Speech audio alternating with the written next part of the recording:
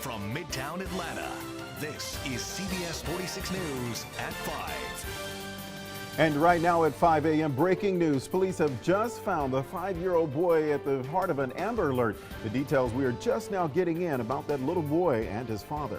And while you've been sleeping, firefighters have been battling a house fire in northwest Atlanta. And it wasn't just the people at the home they saved. And winter isn't done with us just yet. What you need to be doing today to make sure your heating bill isn't out of this world as the big cold snap returns. Good morning, everyone. Welcome to Friday. I'm Jocelyn Cannell. And I'm Vince Sims. That's right. It is Friday, February 13th. Ooh. Friday the 13th. All right. If you buy into all of this bad luck type of thing with Friday the 13th, the temperatures are what's going to be bad today. Jen, Harry? Yeah, and I actually grabbed a scarf and mittens and things I normally don't grab. It wasn't that bad. It is cold. It is cold. You know what? But it's going to get worse. That's the thing. This is just the beginning because this weekend it's going to get even colder. Let me show you what's going on this morning because we're under a wind chill advisory across far northeast Georgia. This is elevations above 2,000 feet. Rabun, White, Union, Towns, Gilmer, Dawson County, all included. This is, again, mainly the higher elevations where wind chills will be between 0 and 5 degrees this morning. Look at the actual temperatures. It's 26 in Atlanta and Athens and Covington, 22 in Ellijay. Winds, thankfully, not even close to what they were yesterday, but still, even with 5 to 10 mile an hour winds, it is making it feel even colder. And right now it feels like 16 in Atlanta and Jasper. Feels like 8 at Rabun Gap. For today, grab those coats and scarves and mittens and whatever you've got because it will stay chilly. By lunchtime, partly cloudy, still in the 30s. That's it. A high of 43 today. And if you think this is bad, it's only going to get worse. And if you have Valentine's Day plans, you'll want to hear this forecast. First, let's head right to Harry. He has a check of traffic. Sure, and always the concern when it is this cold is there ice on the road, black ice on the road. No reports of any of that because yesterday was a lovely day, no rain. So the roads are clear. Taking a look right here on the downtown connector right there at Spring Street, traffic is moving along. Taking a look at 75 Georgia 400, 85 southbound. You're at 65 miles an hour or above from outside the perimeter all the way into town. You're clear. A quick look. Good morning, Stone Mountain, and good morning to those of you in Gwinnett County coming in from Snellville. 78 is clear, 53 miles per hour on average to the perimeter, and the perimeter looks good as well. That's traffic. All right, thank you, Harry. Right now at 5:02, we want to get straight to breaking news. The Amber Alert for the missing 5-year-old Kennesaw boy has just come to an end. CBS 46's Rebecca Schramm is live at the Kennesaw Police Headquarters. That's where this new information is coming from. And Rebecca, the good news here, the little boy is safe. Yes, he is safe, Vince. So that's the reason the Amber Alert has been canceled because of good news. We have told you earlier in this newscast and last night that police thought that the father may have taken his son or at least started heading toward Ohio, but it turns out he never even got out of the area. He was arrested in DeKalb County, according to authorities. And again, the boy is safe. We have the boy's picture for you. He's 5 years old. His name is Ethan Peterman. And police tell us that he is safe again. And we want to also show you his father, Joseph Davis. Apparently, he showed up in Kennesaw last night at the Lakeside Vista Apartments off Ellison Lakes Drive, got into an argument with the child's mother. And according to police, he stabbed her several times. Police tell us he then took off with their son. The good news, the mother was alert when paramedics took her to the hospital. But again, the breaking news here is that the father and son have been located. The father arrested in DeKalb County, and the boy is with authorities now and is safe. We're live in Kennesaw. Rebecca Schramm, CBS 46 News. New from overnight, Atlanta fire investigators are determining how a fire started that injured one person and a dog. That fire started just before 1 a.m. on Elm Street in northwest Atlanta. The victim was taken to Grady with burns to the hands. Firefighters also had to give oxygen to a dog that they rescued from that fire. Also new from overnight, there could be a bagel shortage this morning. A truck carrying 30,000 frozen bagels got into an accident catching fire on I-75 near Barrett Parkway. It was traveling to Kennesaw. That truck actually became frozen as firefighters hosed it down. The driver was not hurt. The cause of that crash remains under investigation. Gwinnett County Police make a big drug bust. They arrested 16 people and seized $2.5 million worth of drugs. The investigation started after 3 suspected heroin overdose deaths in October. Well, they learned that the heroin came from a single source and then traced the drugs back to a huge trafficking operation. They ended up seizing not only heroin, but also cocaine, marijuana, and meth.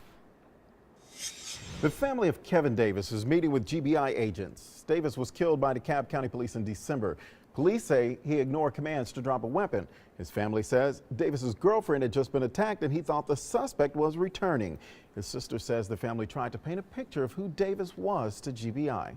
I just told them what type of brother he was to us, what type of uncle he was to our kids, what type of friend he was to the people that love him.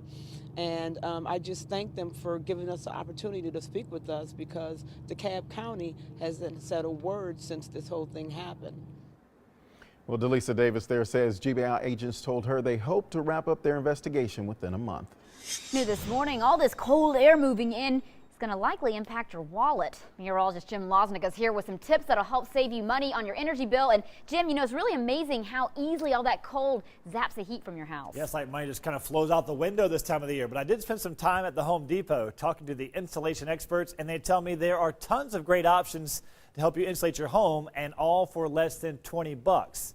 So imagine that. You can spend a little money today and possibly more than double your return on that money with the energy savings.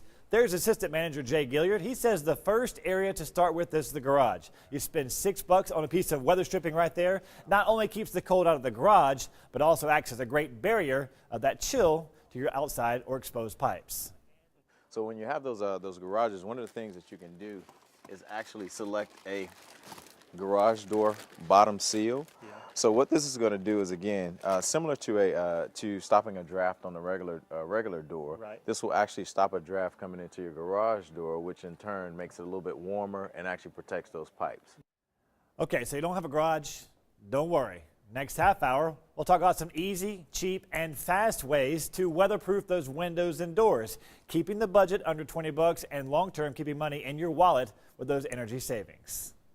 Now, your CBS 46 forecast with meteorologist Jennifer Valdez. I love it, Jim. Yeah, because with yesterday's winds, I could stand in front of my front door and I could feel the wind coming in. That's probably not good. We're going to fix that.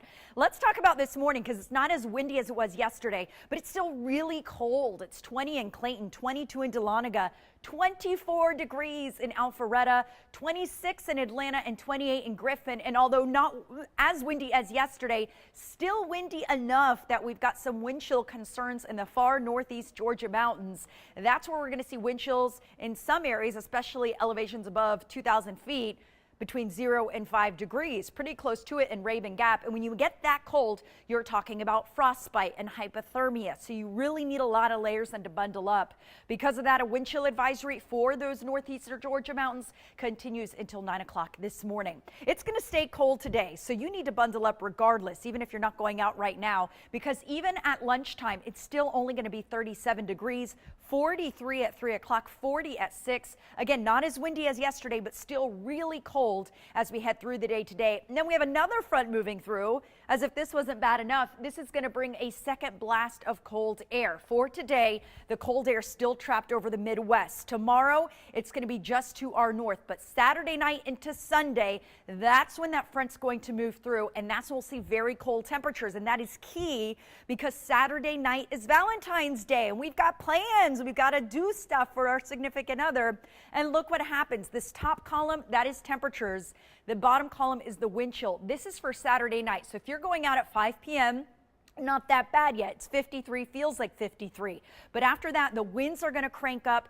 Temperatures are going to drop quickly. By 11 o'clock, it'll be 30, but it will feel like 19 degrees in Atlanta. And then when you wake up Sunday, it's going to be 20, but feel like 6 degrees early Sunday morning. So that's especially important for any plans you have on Sunday. If you go to church or if you plan on doing something early in the morning, this is going to be a very painful, Cold start to the morning. The good news, we will warm up eventually, but just not anytime soon. We do have another system heading our way on Tuesday that could bring a little bit of a snow rain mix. And I'm going to talk much more about that coming up in just about 10 minutes. First, we're going to head over to Harry, who's got to check the traffic.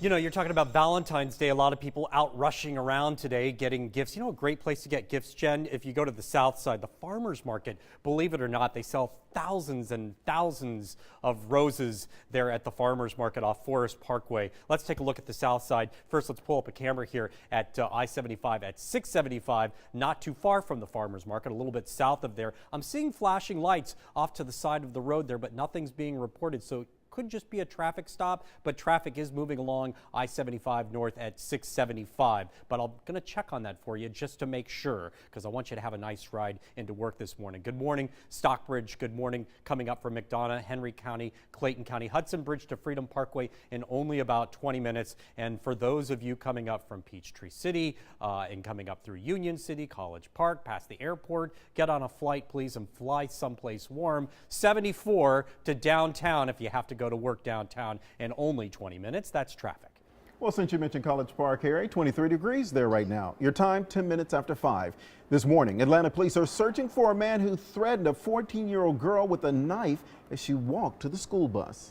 A judge forces an Alabama clerk to obey a federal decision, but we'll explain why some same-sex couples are still finding it difficult to get hitched in Alabama.